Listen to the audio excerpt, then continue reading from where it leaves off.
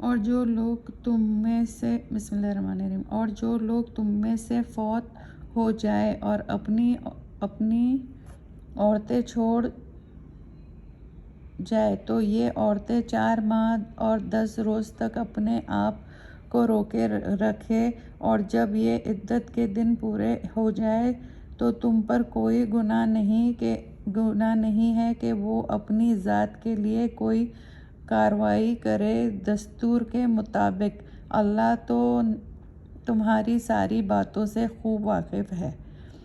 اگر تم اشاروں میں عورتوں کو نکاح کا پیغام دو یا نکاح کی خواہش کو اپنے دل میں مخفی رکھو تو اس میں کوئی گناہ نہیں ہے۔ اللہ کو علم ہے کہ تم اس سے اپنے لیے نکاح کی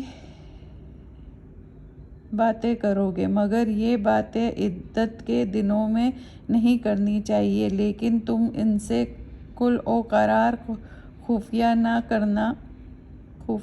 کرنا مگر یہ کہ دستور کے مطابق کو بات کر لو، اور نکاح کا ارادہ ہرگز نہ کرنا جب تک عدت کے دن پورے نہ ہو جائیں۔ یہ یقین رکھو کہ اللہ خوب جانتا ہے جو تمہارے دلوں میں ہے، اس سے بچتے رہو، اور یہ بھی معلوم رہے کہ اللہ تو ہے ہی بڑا بخشنے والا اور علم والا۔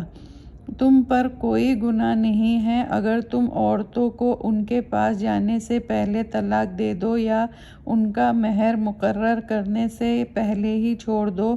دستور کے مطابق ان کو کچھ خرچ کے لیے دے دو، مقدور والے کے لیے اس کے مقدور کے مطابق ہے، اور تنگ دست کے لیے اس کے حیثیت کے مطابق ہے۔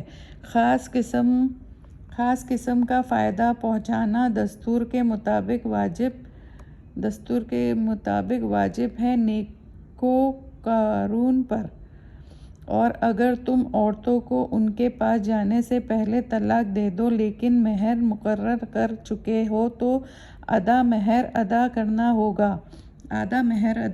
ہوگا۔ ہاں، اگر عورتیں اپنا مہر بخش دیں یا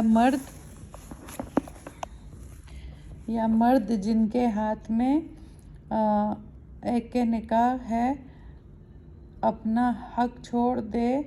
اگر تم مرد ہی اپنے حق چھوڑ دو تو یہ بات پرہیزگاری کی ہے، اور آپس میں بھلائی کرنے کا جذبہ فراموش نہ کرو۔ بلا شبہ اللہ تمہارے سب کاموں کو خوب دیکھ رہا ہے۔ اے مسلمانوں، ساری نمازوں کو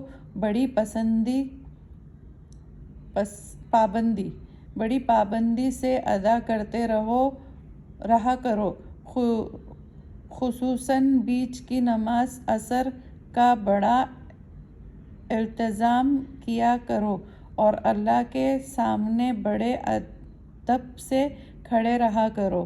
اگر تم کو خوف ہو تو تم خواہ پیدل ہو یا سوار ہو، جس حال میں ہو نماز پڑھ لو۔ جب تم پر سکون ہو تو تم اللہ کو یاد کیا کرو جس طرح اللہ نے تم کو سکھایا ہے، جو تم پہلے نہیں جانتے تھے۔ جو تم میں سے فوت ہو جائے اور بیویوں کو چھوڑ جائے تو وہ اپنی بیویوں کے حق میں وصیت کر جائے کہ ان کے 1 سال تک خرچ دیا جائے گا اور گھر سے نہ نکالا جائے گا، البتہ اگر وہ خود چلی جائے تو تم پر کوئی گناہ نہیں اس قاعدے کے بعد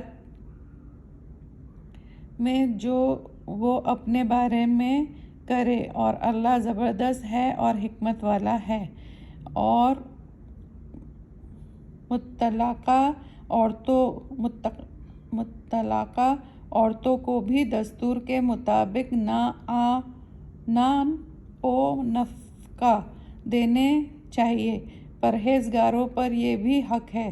اس طرح اللہ تمہارے لیے اپنے احکام بیان فرما دیتا ہے تاکہ اپنی عقل و سے سوچو اور غور کرو، کیا تم نے ان لوگوں کو نہیں دیکھا جو ہزاروں کی تعداد میں اپنے گھروں سے موت کے خوف سے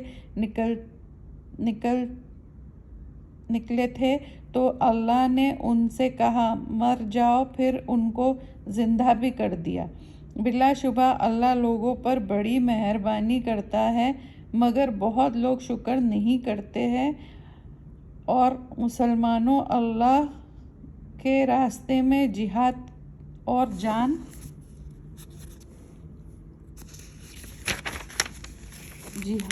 جان لو کہ اللہ تو خوب ہر چیز کو سنتا اور خوب جانتا ہے۔